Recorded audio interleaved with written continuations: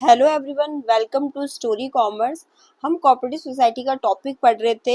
उसका मीनिंग क्या होते हैं हम पहले ही जान चुके हैं कि कोऑपरेटिव सोसाइटी क्या है। उसका मीनिंग में से पहले की जो वीडियो है उसमें आपके साथ डिस्कस कर चुकी हूँ। ठीक है, उसमें मैंने मीनिंग भी बताया था, इवन जो मैंने की पॉइंट्स बताए थे वो उसके फीचर्स ही थे। आज की जो वीडियो है हम उसमें पढ़ेंगे कि आपके कोऑपरेटिव सोसाइटी के क्या मेरिट्स होते हैं। ठीक है, मेरिट्स ऑफ कोऑपरेटिव सोसाइटी, ये कह लीजिए कि आपकी कोऑपरेटिव सोसाइटी के क्या एडवांटेजेस होते हैं। अगर हम इसके फीचर्स की बात करें, वैसे तो मैं आपके साथ डिस्कस कर चुकी हूँ, बट अगर हम फिर भी एक थोड़ा सा क्विक रिव्यू करें कि क्या है इसके फीचर्स, जो मैंने आपको मीनिंग बताया था उसी में मतलब जो पॉइंट दिए थे उसी में आपके फीचर्स है। बट एक बार देख लेते हैं इसके पॉइंट क्या क्या है। पहला जो फीचर्स है आपका कोऑपरेटिव सोसाइटी का, वो है आपका वॉलेंट्री मेंबरशिप। तो मतलब ये कि कोई भी व्यक्ति जैसे जिसकी इच्छाएं या जैसे एम जो है सेम है, ठीक है, तो वो इस सोसाइटी का मेंबर बन सकता है। तो यहाँ पर मेंबरशिप कैसी होती है? वॉलंटरी होती है, आपकी इच्छा स्व इच्छिक सदस्यता होती है कि ठीक है कि कोई भी व्यक्ति भी जिसका जो इच्छाएं है, एम है, वो सेम है, तो वो इस समिति का मेंबर बन सकता है। तो मेंबरशिप कैसी होती है? वॉलंटरी।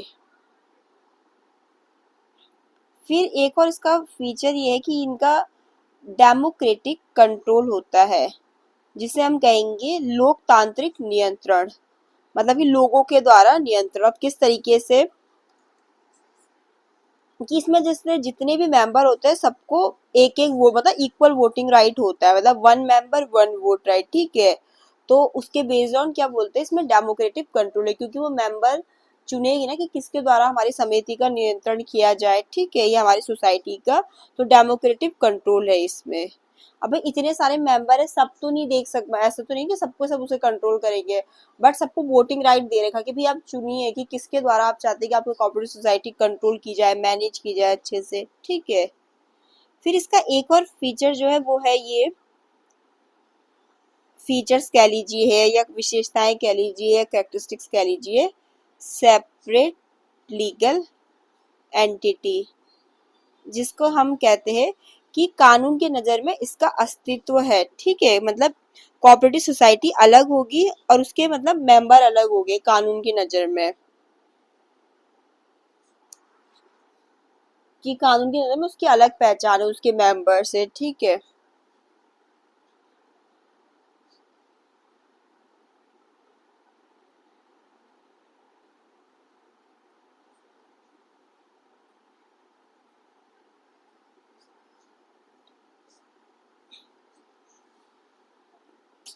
कानूनी अस्तित्व,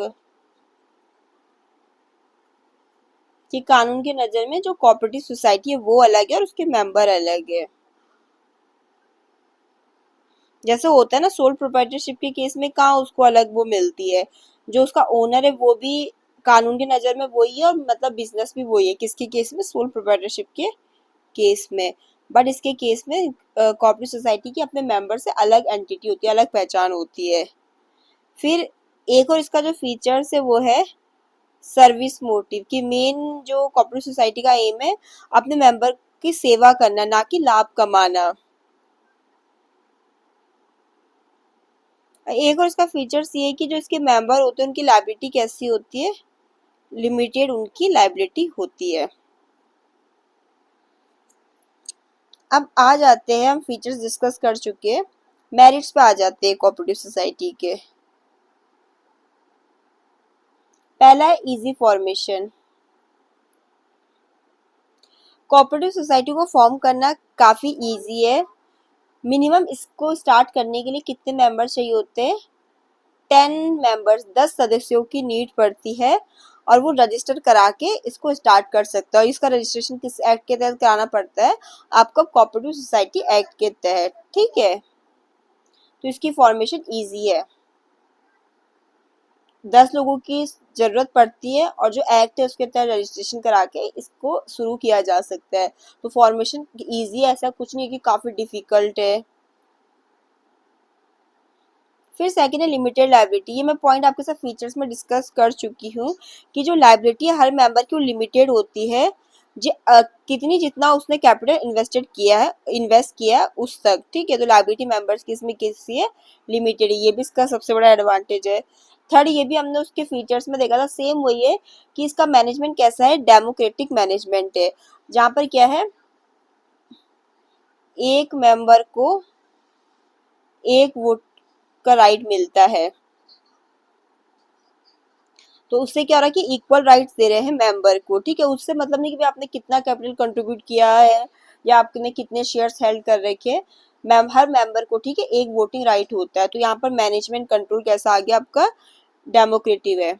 फिर कहीं ना कहीं कोऑपरेटिव सोसाइटी ने क्या किया, बीच में मिडिल मैन जो होते थे उनको एलिमिनेट कर दिया। अब कैसे, जैसे मैंने आपको फार्मर कोऑपरेटिव सोसाइटी का उदाहरण ही दिया, तो उसमें क्या होगा कि भाई फार्मर खुद की कोऑपरेटिव सोसाइटी बना लेंगे। तो उसमें हमने उदाहरण दिया था कि वो उनको हेल्प करता है फर्टिलाइजर खरीदने में, उनकी क्रॉप को बेचने में। तो कहीं ना कहीं जो बीच में मिडिल मैन आ रहा था, ठीक है, जो ये होता था कि उनका एक्सप्लॉयटेशन करता था, वो कहीं ना कहीं एलिमिनेट कर दिया है कोऑपरेटिव सोसाइटी ने। फिफ्थ पॉइंट है इसका कि स्टेबल एग्जिस्टेंस। अब हमने क्या पढ़ा था फीचर में कि जो कोऑपरेटिव सोसाइटी है उसकी सेपरेट लीगल एंटिटी है, अर्थात कि कानून की नज़र में कोऑपरेटिव सोसाइटी अलग है और उसके मेंबर अलग है, ठीक है। ऐसा नहीं कि दोनों एक ही है, अलग अलग है ना। तो उससे क्या होता है कि जो इसकी एग्जिस्टेंस रहती है वो कंटिन्यूटी में रहती है। कोई मेंबर आए जाए या रिजाइन करे या किसी मेंबर की डेथ हो जाए, आपकी कोऑपरेटिव सोसाइटी क्या है, कंटिन्यूटी में चलती रहेगी। फिर एक और पॉइंट इसका सिक्स ही है कि आपकी कोऑपरेटिव सोसाइटी को गवर्नमेंट के द्वारा भी सपोर्ट किया जाता है, गवर्नमेंट को सब्सिडीज वगैरह देती है, ठीक है। तो ये भी इसका मेरिट है कि गवर्नमेंट की तरफ से भी कोऑपरेटिव सोसाइटी को जैसे इनको टैक्स में छूट दिया जाता है, लोन ग्रांट सब्सिडीज उनमें गवर्नमेंट की तरफ से इनको हेल्प दी जाती है। तो गवर्नमेंट का सपोर्ट भी रहता है आपका किसको, कोऑपरेटिव सोसाइटी को।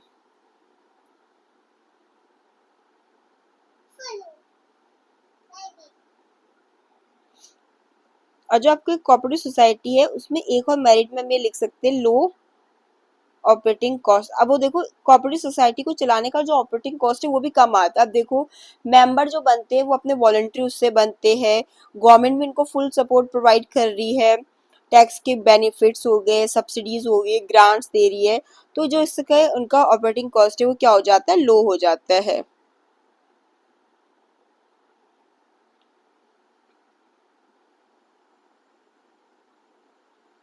एक और जो इसका हम मेरिट में लिख सकते हैं इसका वो है सोशल वेलफेयर एंड इक्वालिटी। अब वो देखो किस तरीके से कोऑपरेटिव सोसाइटी में क्या होगा कि जो मेंबर है वो वॉलंटरी, मतलब जिनके एक जैसे गोल है वो मेंबर बन जाते, मतलब मेंबर जो है मिलके कोऑपरेटिव सोसाइटी फॉर्म कर देते हैं।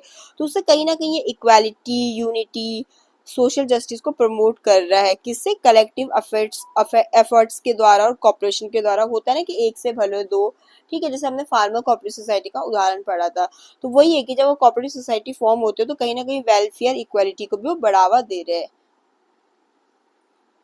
तो आज के वीडियो में इतना ही। वीडियो पसंद आए तो प्लीज़ चैनल को लाइक शेयर सब्सक्राइब जरूर करें।